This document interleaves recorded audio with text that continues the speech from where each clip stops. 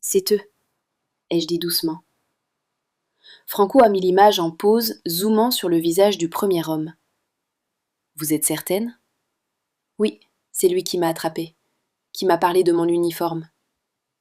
Giovanni s'est penché, étudiant l'image figée avec une concentration de prédateur. Damien Collet, petit homme de main pour le réseau albanais. Il fait du recouvrement de l'intimidation. Il a regardé Franco, l'autre. Victor quelque chose. Croate, je crois. Gros bras à louer. Franco a sorti des photos du dossier et les a étalées sur le bureau. Collet est dans notre viseur depuis des mois. Il fait partie de l'équipe de Krasniki qui essaie de pousser vers l'ouest de Paris. Krasniki. Giovanni a prononcé ce nom comme une malédiction. Donc ce n'était pas un hasard. Jeu de territoire, a confirmé Franco. Il teste les limites. Il frappe tes gens pour voir si tu vas répondre. Je les ai écoutés parler de violence de territoire et de rapport de force comme s'ils analysaient une partie d'échecs. Ce détachement clinique aurait dû me faire peur. Au lieu de cela, je me sentais étrangement éloignée, comme si je regardais une pièce au lieu de participer à ma propre vie. Qu'est-ce que vous allez faire ? La question m'a échappé avant que je puisse l'arrêter. Les deux hommes m'ont regardé. L'expression de Giovanni s'est imperceptiblement adoucie. Les trouver, les amener ici, leur faire comprendre que toucher quelqu'un sous ma protection a des conséquences. Vous n'êtes pas obligé de faire ça pour moi. Ma voix sonnait petite même à mes propres oreilles. Je ne suis personne, juste quelqu'un qui nettoie votre maison. Giovanni a contourné son bureau avec une lenteur délibérée, chaque pas mesuré et précis. Il s'est arrêté juste devant moi, assez près pour que je doive lever la tête afin de soutenir son regard. « Vous travaillez dans ma maison », a-t-il dit d'une voix basse et intense. « Vous êtes ici depuis 8 mois. J'ai remarqué comment vous pliez les journaux pour que les titres soient visibles. Comment vous arrosez les orchidées de la bibliothèque tous les mardis parce que vous savez qu'elles ont besoin de soins réguliers. Comment vous ne vous plaignez jamais, ne demandez jamais rien et faites simplement votre travail avec une compétence silencieuse. La chaleur m'est montée au visage. Vous avez remarqué ça ? Je remarque tout dans mon monde, Léa, et vous en faites partie, que vous en ayez conscience ou non. Il a jeté un regard à Franco. Rassemble une équipe, 6 hommes, trouvez Collet et amenez-le-moi. Le croate aussi si vous le localisez. C'est fait. Franco a refermé l'ordinateur. Et la fille ? Elle reste ici ce soir, chambre d'amis au 2e étage, sa sœur aussi. Attendez, ai-je commencé. Giovanni a levé une main me réduisant au silence. Ce n'est pas négociable. Ces hommes savent que vous travaillez ici. Ils savent à quoi vous ressemblez. Tant que je n'ai pas réglé cette situation, vous ne rentrerez pas seul à pied dans mes rues. Je ne peux pas juste rester ici, j'ai une vie, un appartement, des factures à payer. Vos factures seront encore là demain. Son ton ne laissait place à aucune contestation. Ce soir, vous êtes sous mon toit et sous ma protection. Acceptez-le. Le mot protection est resté suspendu entre nous, chargé de sous-entendus que je n'étais pas prête à examiner. Mais l'épuisement et la douleur me rattrapaient, tirant sur mes os au point que rester debout devenait un effort insurmontable. Très bien, ai-je dit. Une nuit. L'expression de Giovanni a changé, comme si une forme de satisfaction l'avait traversé. Franco, prends les dispositions.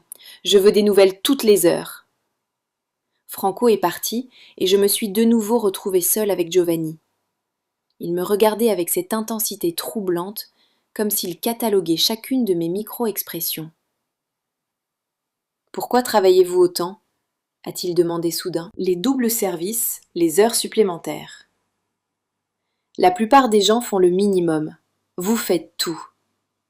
J'ai envisagé de mentir, puis j'ai décidé qu'il le savait probablement déjà.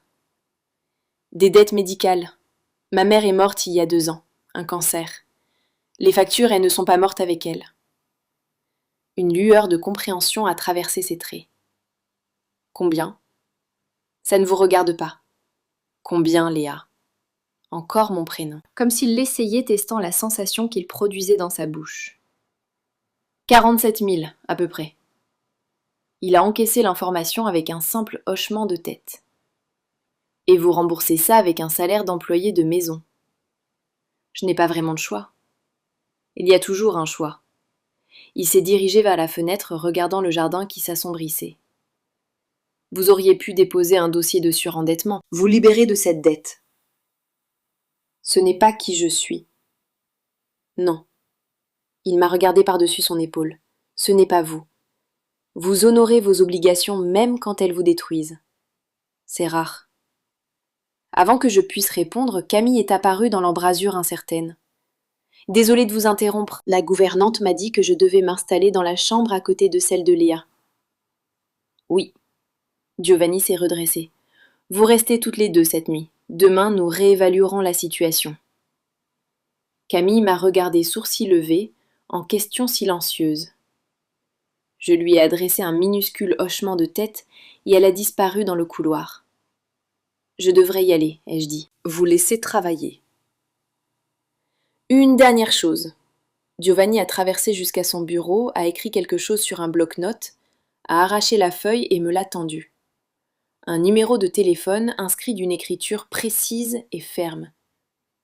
Ma ligne directe. S'il se passe quoi que ce soit,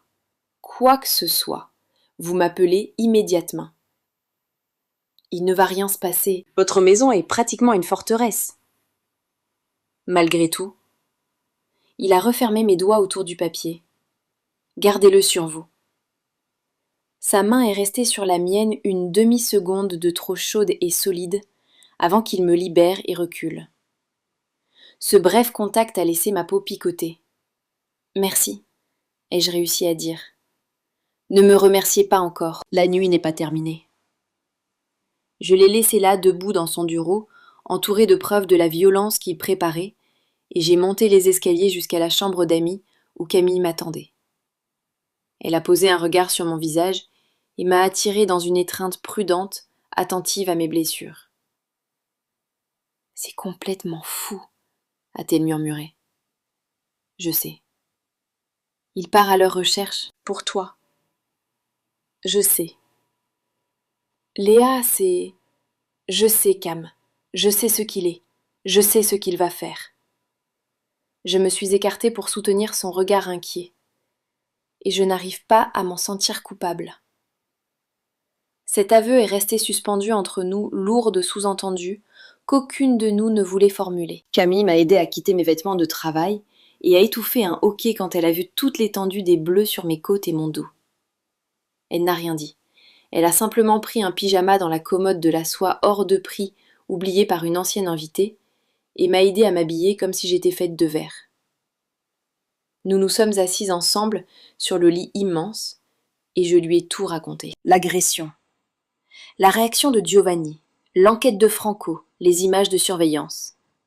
Elle m'a écouté sans m'interrompre, absorbant tout avec le calme pragmatique qu'elle mettait dans chaque situation. Alors maintenant, qu'est-ce qui se passe ?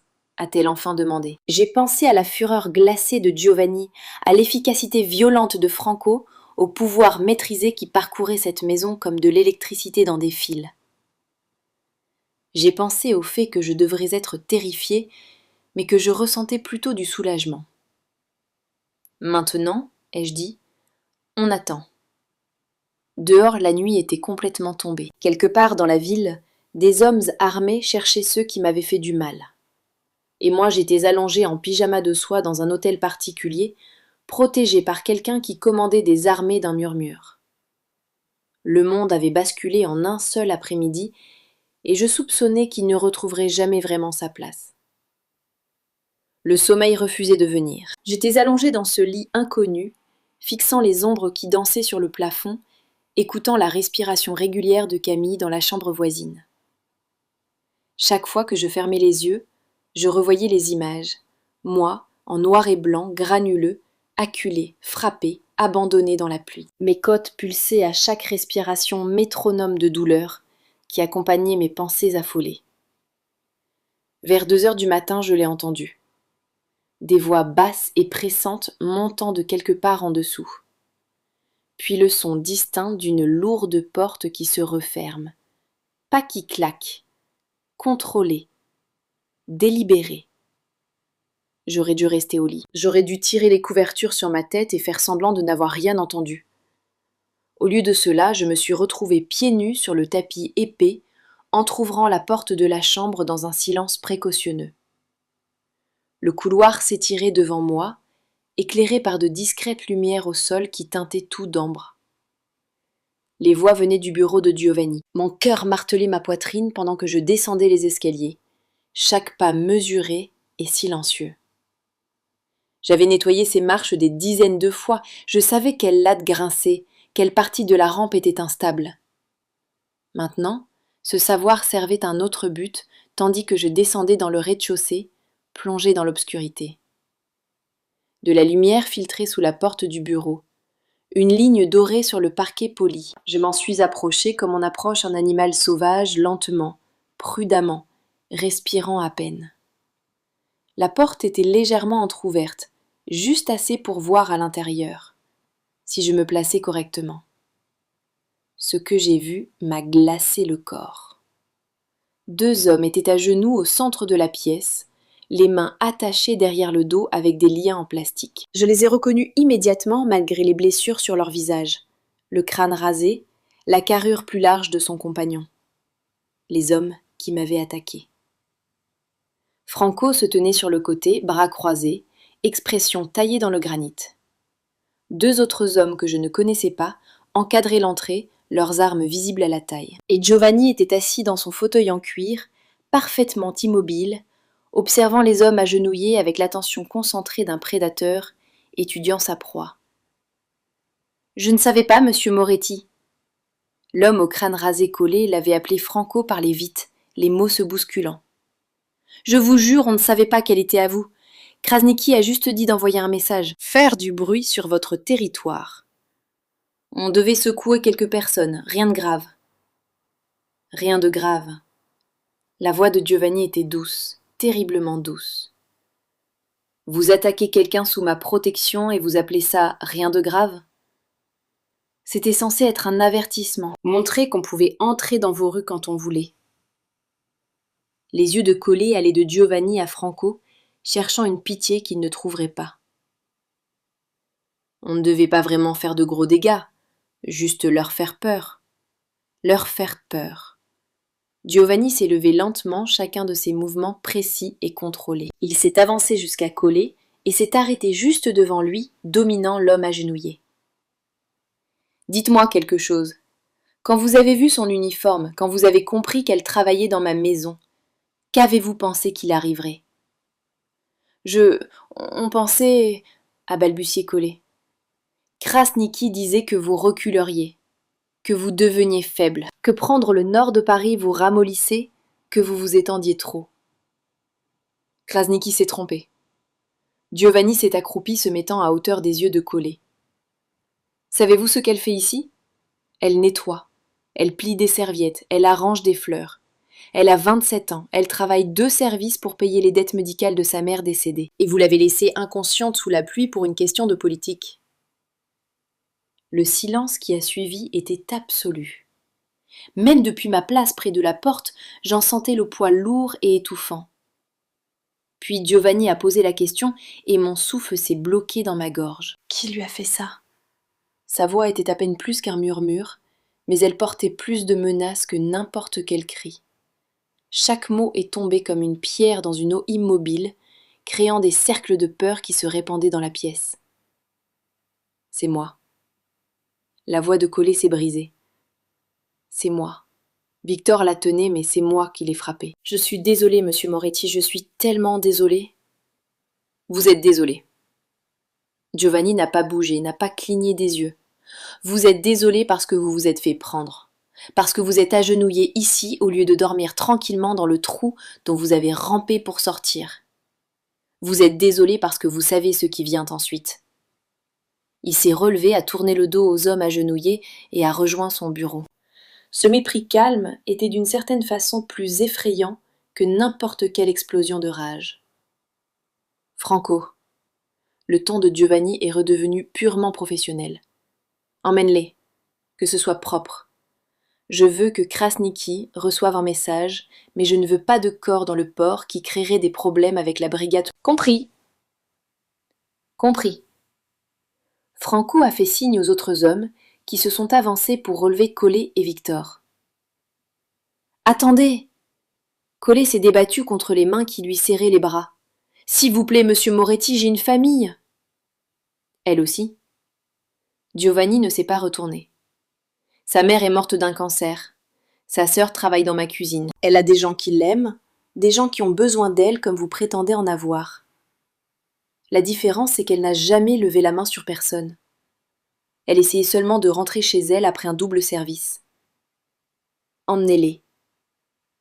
J'ai reculé avant d'en voir davantage, me plaquant contre le mur, au coin du couloir, ne pousse si fort que j'ai cru qu'ils allaient l'entendre.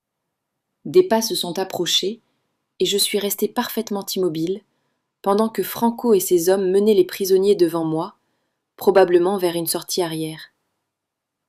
Collet pleurait à présent des sanglots désespérés et étouffés qui m'ont tordu l'estomac malgré tout. La porte du bureau. J'ai attendu que les pas disparaissent complètement avant de remonter à l'étage, les jambes tremblant si fort que j'ai dû m'agripper à la rampe. De retour dans la chambre d'Annie, je me suis assise sur le bord du lit, les mains tremblantes. Je venais de voir Giovanni Moretti condamner 2 hommes à un sort terrible. Calmement, efficacement, avec moins d'émotion que je n'en aurais mis à commander un café.